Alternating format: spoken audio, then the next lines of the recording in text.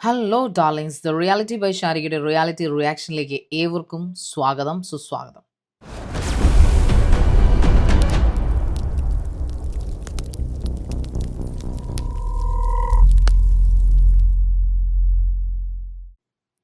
അപ്പോൾ ഇത് ഷഫീന ജീവി അഥവാ ചെകുത്താൻ എന്ന എൻ്റെ സീരീസിൻ്റെ സെക്കൻഡ് എപ്പിസോഡാണ്. ഇതൊരു സീരീസ് ആയിട്ട് തന്നെ ചെയ്യാമെന്ന് ഞാനങ്ങ് വിചാരിച്ചു. കണ്ടന്റുകൾ വേറെ ഞാൻ ചെയ്യും, അതില്ലാത്തതുകൊണ്ടല്ല. കാരണം ഇവര് ഒരു സാമൂഹ്യ വിപത്താണെന്ന കാര്യത്തിൽ ഒരു സംശയമില്ല. കാരണം ഇവർക്കെതിരെ ഞാൻ ആദ്യമായിട്ടാണ് ലോങ് വീഡിയോ ചെയ്യുന്നത്. ലോങ് വീഡിയോ ചെയ്തിട്ട് എനിക്ക് വന്ന കോളുകളുടെ ബാഹുല്യം എന്ന് എന്നെ ഞെട്ടിച്ചു. കമന്റ്സിന്റെ ബാഹുല്യം എന്നെ ഞെട്ടിച്ചു. വേറൊന്നുമല്ല, അവർക്കെതിരെ പോരാടാൻ അല്ലെങ്കിൽ അവരെന്ന ആ ഒരു വിഷവിത്തിനെ, അവർ മാത്രമല്ല കേട്ടോ, എനിക്ക് ഷഫീന ബീവിയുടെ പേഴ്സണൽ വൈരാഗ്യമൊന്നുമില്ല. പക്ഷെ അവരെ പോലെയുള്ള കുറെ യൂട്യൂബ് വ്ളോഗേഴ്സ് ഉണ്ട്, റിയാക്ഷൻ വീഡിയോയുടെ പേരും പറഞ്ഞ് തെറി ചീത്ത, വീട്ടിലുള്ള മൈനറായിട്ടുള്ള കുട്ടികളെ മോശം പറയുക, ഈ പറയപ്പെടുന്ന വീട്ടിലിരിക്കുന്ന അമ്മമാരെയും മറ്റുള്ളവരെയൊക്കെ മോശം പറയുക, അച്ഛന്മാരെ മോശം പറയുക, ഇതെല്ലാം സ്ഥിരമായി ചെയ്യുക. ഒരു പർട്ടിക്കുലർ പേഴ്സൺ അങ്ങോട്ടും ഇങ്ങോട്ടും ചെളിവാരി എറിയുന്നത് ഓക്കെ, അത് അവരുടെ ഇഷ്ടം, അവരുടെ അഭിമാനം.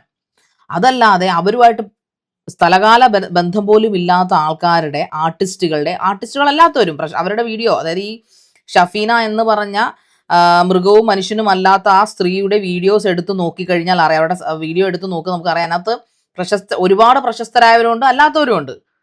ഇവൻ പ്രധാനമന്ത്രിയെ വരെ അവർ പറയും, മുഖ്യമന്ത്രിയെ പറയും, മെഗാ സ്റ്റാറുകളെ പറയും, അല്ലാത്ത സ്റ്റാറുകളെ ഒക്കെ അവർ പറയും.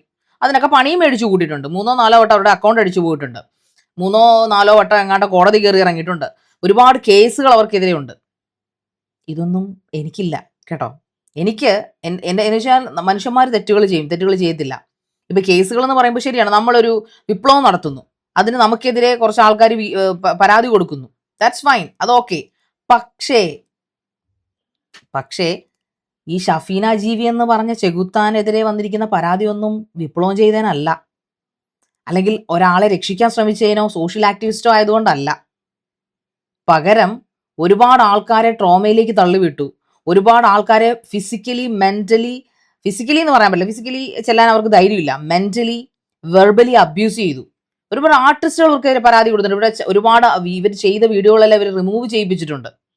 ബിഗ് ബോസ് താരങ്ങളെ കുറിച്ച്, സീനിയർ മുൻകാല ബിഗ് ബോസ് താരങ്ങളെ ഒരുപാട് പേര് ഹോണ്ട് ചെയ്തിട്ടുണ്ട്, ഹരാസ് ചെയ്തിട്ടുണ്ട് ആ സീസൺ കഴിഞ്ഞിട്ടും. സോ അങ്ങനെ ഒരുപാട് കേസുകൾ ഇവർക്കെതിരെ നടക്കുന്നുണ്ട്, പരതി നടക്കുന്നുണ്ട്.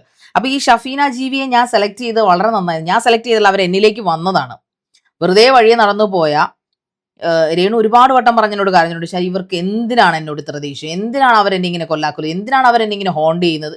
ക്യാൻസർ ഒക്കെ ഡയഗ്നോസ് ചെയ്യുന്നതിന് മുൻപ് ഇപ്പോഴും അവളൊരു വോയിസ് ഇട്ടിരിക്കുന്നു, ക്യാൻസർ ഡയഗ്നോസ് ചെയ്തു, അവരടുത്ത കീമോയ്ക്ക് ഒരു നാളെ പോവുകയാണ്, എന്നിട്ട് പോലും അവളെക്കുറിച്ച് പറയുന്ന വർത്തമാനങ്ങൾ.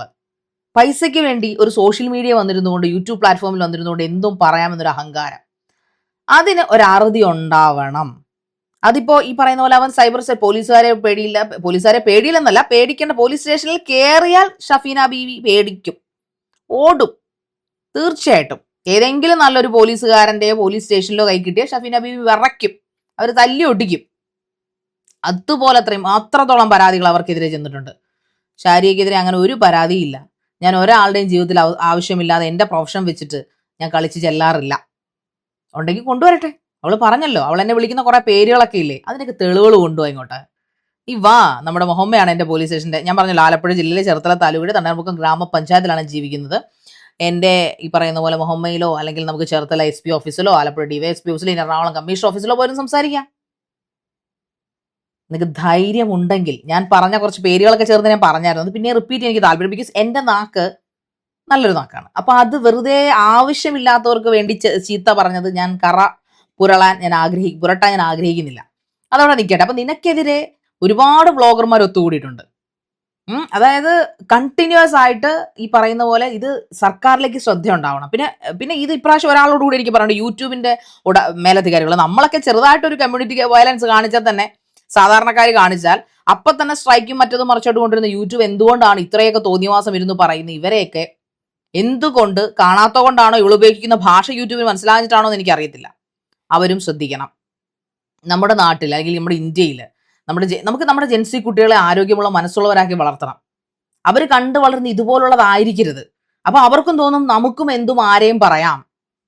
ഒരു ചാനലിലൂടെ എൻ്റെ കൂട്ടത്തിലിരിക്കുന്ന സഹപാഠിയോ പഠിപ്പിക്കുന്ന ടീച്ചറെയോ അല്ലെങ്കിൽ പിന്നെ അമ്മയോ അച്ഛനെയോ സഹോദരങ്ങളെയോ കസിൻസിനെയോ ഫ്രണ്ട്സിനെയോ എന്ത് വേണമെങ്കിലും ഇതുപോലെ വെർബൽ അബ്യൂസ് ചെയ്യാമെന്നൊരു തോന്നൽ ധൈര്യം ഒരു തലമുറയ്ക്ക് കൊടുക്കുകയാണ് ചെയ്യുന്നത്. എന്ത് എന്ത് മെസ്സേജ് ആണ് ഈ പറയപ്പെടുന്ന ഷഫീന എന്ന ചെകുത്താൻ ഈ ലോകത്തിന് കൊടുക്കുന്നത്? അവര് യൂട്യൂബിന്റെ പ്രൊഫഷൻ നിർത്തണമെന്നല്ല പറയുന്നത്. പക്ഷേ മര്യാദയ്ക്ക് സംസാരിക്കാമെങ്കിൽ മാത്രം യൂട്യൂബിൽ വന്നിരുന്ന് സംസാരിച്ചാൽ മതി. മര്യാദയ്ക്കനുസരിച്ച് റിയാക്ഷൻ ചെയ്യാം. നമുക്ക് എത്രയോ മനോഹരമായിട്ട് റിയാക്ട് ചെയ്യാം ഒരാളുടെ കാര്യത്തെക്കുറിച്ച്. നിങ്ങൾ പറഞ്ഞത് ശരിയായില്ല, നിങ്ങൾ പറഞ്ഞാൽ എന്താണ് അർത്ഥം, നിങ്ങൾക്ക് നാണമുണ്ടോ, നിങ്ങളൊരു പൗരനല്ലേ, എന്തെല്ലാം കാര്യങ്ങൾ ചോദിക്കാം. മറിച്ച് അവരെന്താ ചെയ്യുന്നത്? നിന്റെ അമ്മ ഇങ്ങനല്ലേ, നിന്റെ മോൾ അങ്ങനെ നടക്കുന്നവളല്ലേ, നിന്റെ മോൻ ഇങ്ങനെ ആയിരുന്നില്ല, ഇങ്ങനല്ലേ, അങ്ങനല്ലേ. ഇത് എന്നെ കുറിച്ച് മാത്രമല്ല, രേണുവിനെ കുറിച്ച് മാത്രമല്ല, ദിയാസനെ കുറിച്ച് മാത്രമല്ല, അതുപോലെ ഈ പറയപ്പെടുന്ന പ്രശസ്തരായ മറ്റു പലരെയും കുറിച്ച്, ഹാനകൃഷ്ണനെ കുറിച്ച് മാത്രമല്ല, ഓരോരുത്തർക്കും എതിരെ വയ്ക്കുന്ന തമ്മിലൊക്കെ എന്താണ് ഇവള്, ഇതിന് ആരാണ് ഇവൾക്ക് അധികാരം കൊടുത്തത്? സോ അതുകൊണ്ട് തന്നെ ഇത് രണ്ടാമത്തെ എൻ്റെ എപ്പിസോഡാണ്. ഇനിയും ഞാനത് തുടരും. മാക്സിമം ആൾക്കാരെ സംഘടിപ്പിക്കുന്നുണ്ട്. ചുമ്മാ ഈ ഒളിഞ്ഞിരുന്ന് ഫേക്ക് ഐ ഡി ഉണ്ടാക്കിയിട്ടിരുന്ന അമ്മച്ചിമാരെ അമ്മാവന്മാരെയും ചേട്ടന്മാരെയും ചേച്ചിമാരെയും ഒന്നും അല്ല പറയുന്നത്. The originals, the real people, അവരാണ് ഒത്തുകൂടുന്നത്. ധൈര്യമുള്ളവളാണെങ്കിൽ ഇവള് തിരുവനന്തപുരം സിറ്റിയിലേക്കോ തിരുവനന്തപുരത്തിലെ ഏതെങ്കിലും പോലീസ് സ്റ്റേഷനിലേക്കോ എറണാകുളത്തേക്കോ കൊച്ചി വേണ്ട, അവൾ അവിടെ നിന്ന് തിരുവനന്തപുരത്ത് നിന്ന് ഇറങ്ങി ഇവിടം വരെ വരണ്ട, തിരുവനന്തപുരത്ത് നിന്നാൽ മതി, ഒന്ന് ഇറങ്ങ്, പുറത്തേക്കൊന്ന് ഇറങ്ങ് ധൈര്യമുള്ളവളാണെങ്കിൽ. അപ്പൊ ധൈര്യശാലി അല്ലാത്ത ഇവൾക്ക് എന്താണ് സമൂഹത്തിന് കൊടുക്കാനുള്ളത്? അതായത് മുത്തുച്ചിപ്പി എഴുതുന്ന കഥാകൃത്തിന് ഇതിലും മാന്യത ഉണ്ടായിരുന്നു.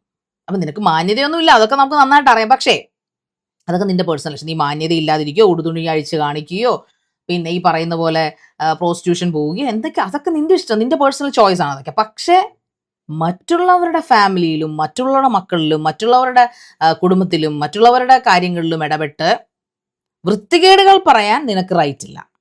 അത് നീ ചെയ്യാൻ പാടില്ല, അത് ചെയ്യരുത്. അത് ചെയ്യാതിരിക്കാനുള്ള സകലതും ഞാൻ ചെയ്യും വീഡിയോകളിലൂടെ.